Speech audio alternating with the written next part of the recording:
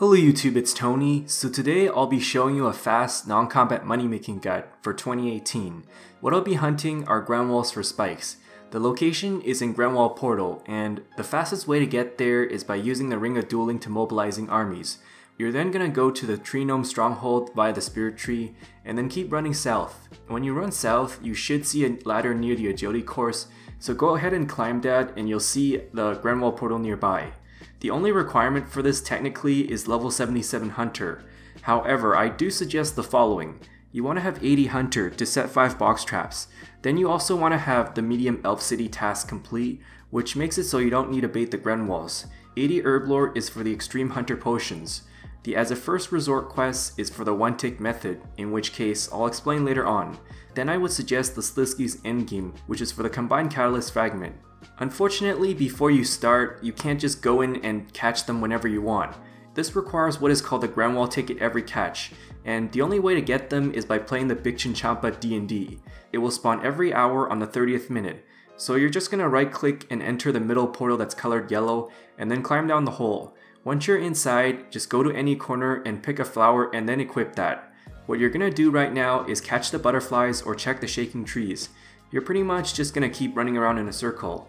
Whenever you have caught 15 butterflies, just empty the jar onto the nest. Yeah, so just keep doing this until you reach 1,500 points, which should be the maximum amount per run. It should take approximately 12 to 15 minutes or so. You do not need to wait for the timer to be over, so just right click and quickly climb up the rope ladder. You can play this minigame up to twice per day, which in turn will then get you 300 Grenwall tickets per day. So here's my equipment setup. I have an enhanced Yaktui stick for 5% more Hunter XP.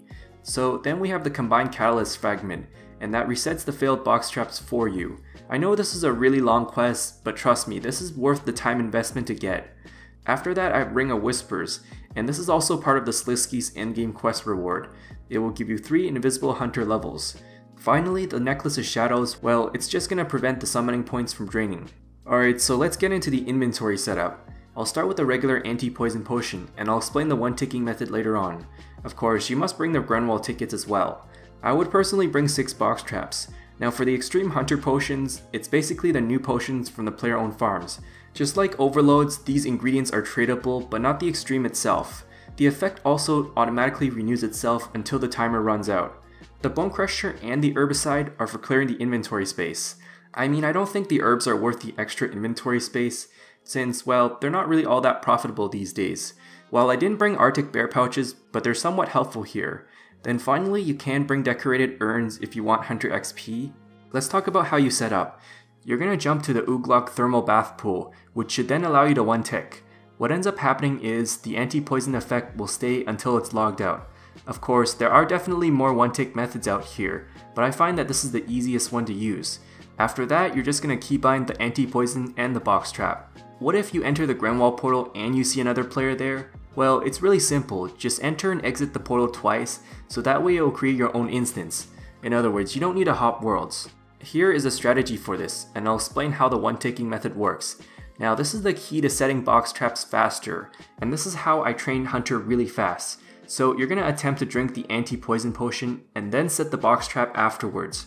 Because you have the Uglog effect active, it won't consume the potion. Like I said before, there are definitely more methods to one tick, and yes, I do have a guide on this, in which case I'll definitely leave that link in the description.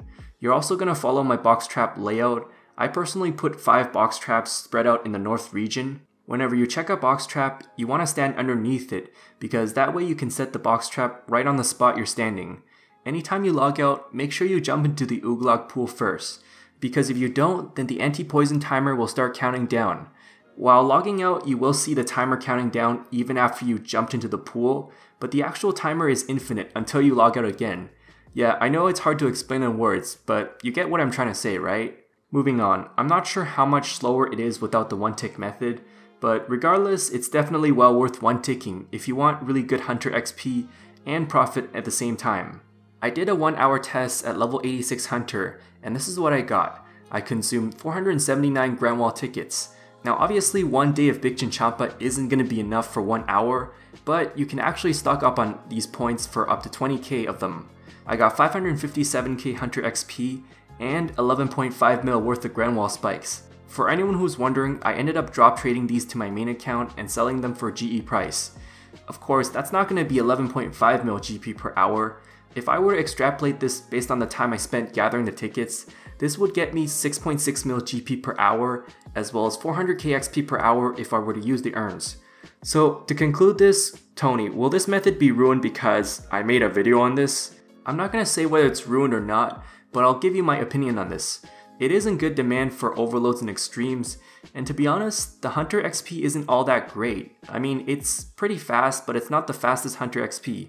And not to mention the supply is pretty limited as well, so however, to be fair, it might drop by a little bit.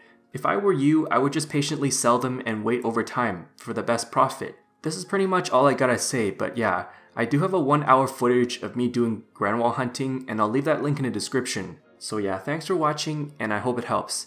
If I missed anything, feel free to ask. Also, be sure to subscribe if you haven't done so already, because I'll definitely be doing more money making guides in the future.